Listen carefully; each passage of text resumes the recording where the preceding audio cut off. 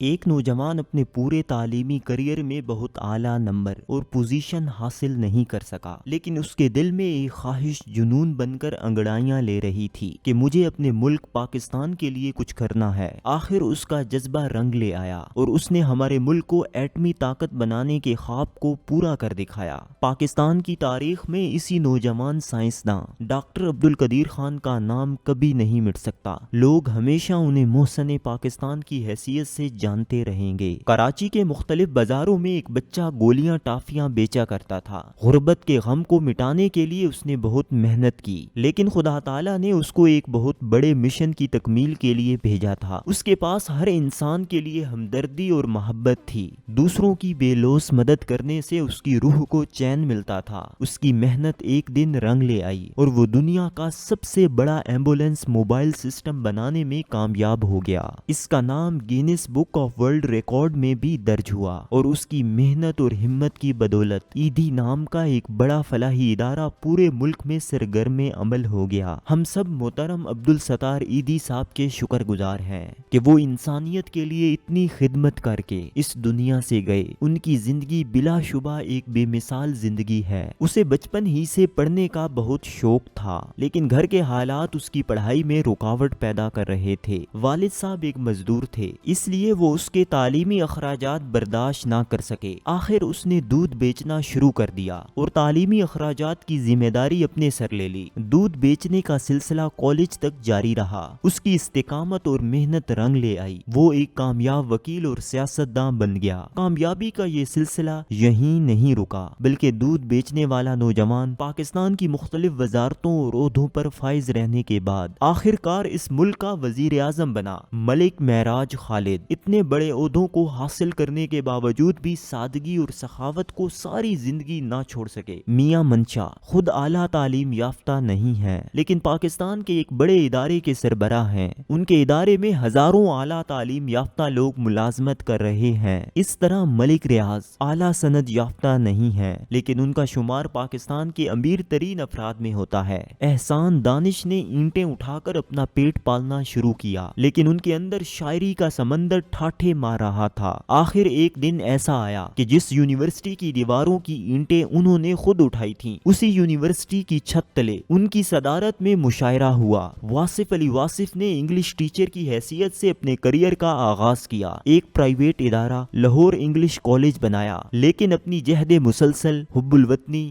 دین دوستی اور باکمال شخصیت کی وجہ سے آج ان کے لاکھوں چاہنے اور ماننے والے موجود ہیں۔ دنیا گواہ ہے کہ حضرت واصف رحمت اللہ علیہ کی تحریروں نے لاکھوں لوگوں کی زندگی بدلی۔ جاوید چودھری لالا موسیٰ کے ایک انتہائی پسماندہ گاؤں میں پیدا ہوئے۔ اپنی تعلیم پوری کرنے کے بعد شعبہ صحافت سے وابستہ ہو گئے۔ کالموں کا سلسلہ شروع ہوا تو انہوں نے اپنے کالموں کو اتنے منفرد انداز میں لکھا کہ آج وہ پاکستان کے نامور ترین کالم نگار ہیں اور ان کی کتاب زیرو پوائنٹ کے لاتعداد ایڈیشن چھپ چکے ہیں۔ گلی محلوں اور پارکوں میں کھیلنے والا شعیب اختر جسمانی اور نفسیاتی بیماری کے باوجود محنت سے اپنی دنیا بناتا ہے۔ ایک دن ایسا آتا ہے کہ دنیا کے بڑے بڑے بیسٹ مینوں کی وکٹیں اس کی گیند کی تیزی سے اڑ جاتی ہیں۔ سکھر کے مضافات میں ایک پرائمری سکول ٹیچر کے ہاں جنم لینے والا بچہ جس نے اپنی ذہانت سے نہ صرف سکھر ڈویژن میں اپنی ذہانت کے پنجے گاڑے، بلکہ پاکستان میں کمپیوٹر سائنس میں اعلیٰ ترین ڈگری کے بعد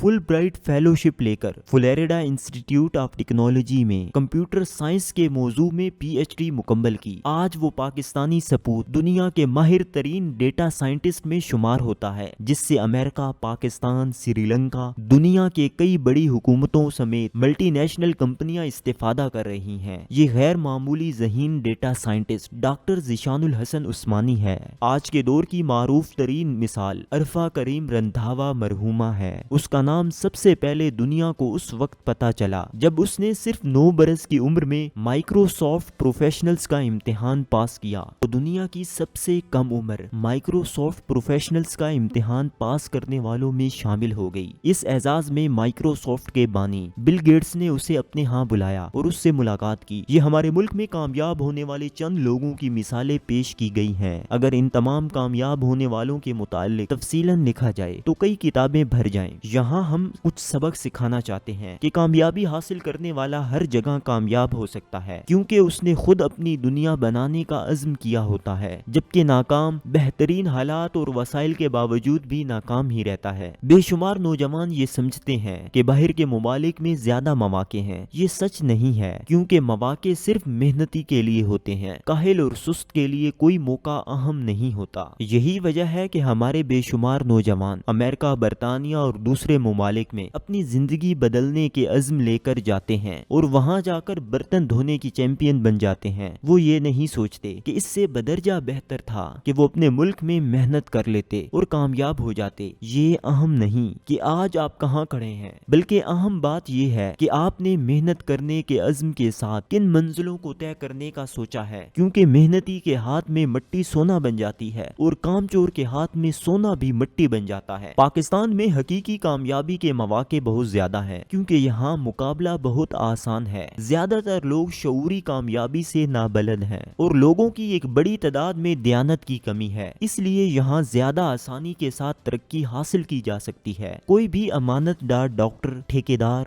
ٹیچر، بزنس مین، ملازم اور سیاستداں بہت تیزی کے ساتھ لوگوں کے دلوں کی دھڑکن بن سکتا ہے۔ اس کے برعکس ترقی یافتہ ممالک میں تعلیم کا معیار بہت بلند ہے۔ امریکہ میں کامیابی کا شعور اتنی تیزی سے پھیل رہا ہے کہ ہر نئے دن وہاں لاتعداد لوگ ملینئر بن جاتے ہیں۔ ہمارے ہاں یہ شعور عام نہیں، کیونکہ ہمارے ملک کے نوجوان فرسودہ تعلیمی نظام کی وجہ سے فقط تعلیم اور ڈگری کے چکر میں پڑے رہتے ہیں اور انہیں علم کی اصل افادیت کا اندازہ نہیں ہو پاتا۔ پوری دنیا کے 90% کروڑ پتی کامیاب لوگ سیلف میڈ غریب گھرانوں کی پیداوار اور معمولی پڑھے لکھے ہیں، لیکن انہوں نے سخت محنت اور مستقل مزاجی سے اپنے بلند عزائم کو پایا۔ اس لیے آپ یہ یقین اپنے اندر پختہ کر لیجئے کہ آپ بھی پاکستان میں رہتے ہوئے کامیاب ہو سکتے ہیں۔